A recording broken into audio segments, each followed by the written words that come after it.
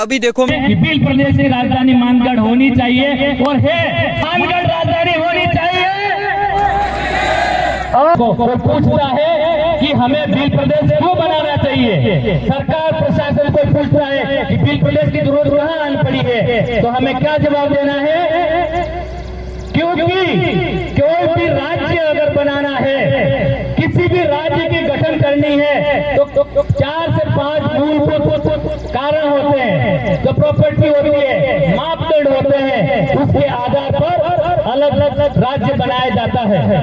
तो सबसे पहला आता है बोली भाषा, दूसरा आता है वहाँ की धर्म संस्कृति, तीसरा आता है वहाँ रहने वाले लोगों समुदायों का इतिहास क्या रहा है, चौथा आता है प्रशासनिक दृष्टि से अगर देखें तो उस जगह पर रहने वाले, उन क्षेत्रों में रहने वाले समुदायों का राजधानी क्षेत्र से दूरी कितनी होनी चाहिए, और अंतिम और पांचवा संवैधानिक कारण।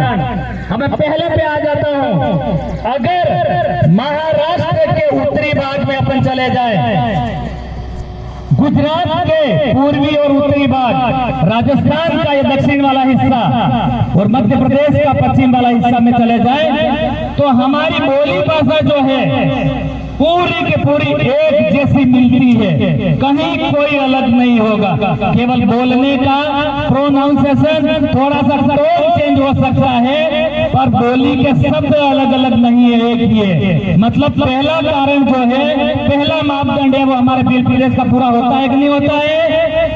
होता है। तो अलग से भील प्रदेश बनना चाहिए कि नहीं चाहिए? दूसरा, हमारी संस्कृति, हमारा धर्म, हमने देखा होगा कुछ हाइब्रिड लोगों ने आकर, बाहरी लोगों ने आकर हमारे यहाँ पर हमारे पुरखों के साथ घुल मिलकर हमारी जो पूजा पद्धति थी, हमारी जो संस्कृति थी, उसको थोड़ा थोड़ा चेंज करना शुरू किया। और एक समय ऐसा आ गया है कि हम हमारी पूजा पद्धति, हमारी जो शेरा बाबा जी पूजने की जो पद्धति थी, हमारी जो आदिवासी पूजन पद्धति थी, वो पूरा भूल चुके हैं हम। तो ये हम इन्हीं 4 राज्यों के भागों की बात करते हैं तो सब जगह एक जैसा मिलता है नहीं मिलता है। घूमना अपने इतनी जगह आप पूजा कि नहीं पूजा, ऐसी कहता है कि शीरा बाबा जी पूजा कि नहीं पूजा, तो पूजा तो अपने हेतु में एक जो धर्म और संस्कृति एक जगह मिले है, तो भील प्रदेश राज्य अलग होना चाहिए कि नहीं चाहिए? होना चाहिए। तीसरा कारण है हमारे भीलों का इतिहास।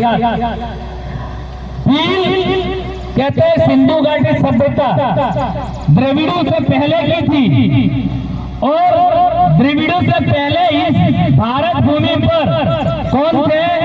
हम भील आदिवासी। मतलब भीलों का इतिहास भी ये कहता है कि भील ही इस धरती का मूल मालिक है।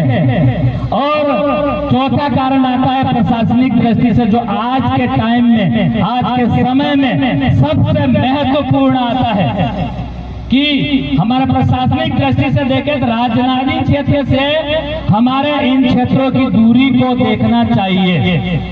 अब हम बांसवाड़ा में बैठे हुए हैं, हम डूंगरपुर में बैठे हुए हैं, और हमारी राजधानी कहाँ है? जयपुर।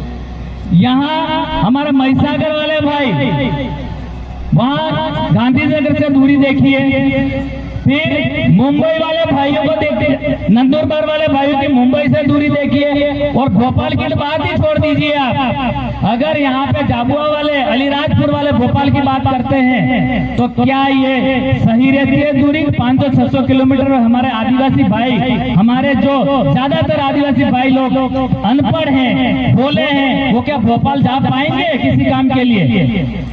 तो हमारी राजधानी कहाँ होनी चाहिए? हमारे इन क्षेत्रों के हिसाब से अगर सेंट्रलाइज पॉइंट जो बनता है, यानी कि हमारी राजधानी आज की तारीख में हम मानते हैं कि भील प्रदेश की राजधानी मानगढ़ होनी चाहिए, और है मानगढ़ होनी चाहिए कि नहीं चाहिए? जोर में लग रहा है, कुछ लग रहा नहीं, बहुत जने नहीं चाहते एक मानगढ़ राजधानी हो। ऐसा है या होनी चाहिए? एक बार जोर से हो जाना चाहिए, मानगढ़ राजधानी होनी चाहिए।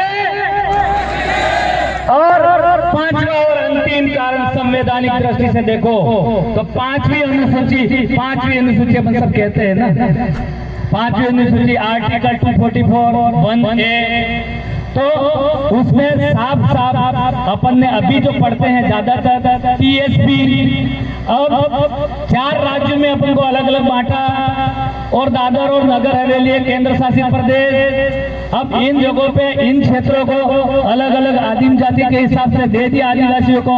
अब किस राज्य की सरकार किस हिसाब से देखेगी, ये सोचने वाला पॉइंट है। एक लिया भाइयों, जबकि अगर भील प्रदेश नाम का एक राज्य हुई हो, अपना अलग से राज्य हो, और उसमें पूर्ण रूप से टीएसपी यानी कि 5वीं अनुसूची लागू हो जाए, तो उस सरकार को और उस प्रशासन को काम करने में आसानी होगी कि नहीं होगी। तो ये 5वां कारण भी हम फुलफिल करते हैं, जबकि पूरे किसी राज्य में आप 5वीं अनुसूची के मापदंड पूरे नहीं हो रहे हैं।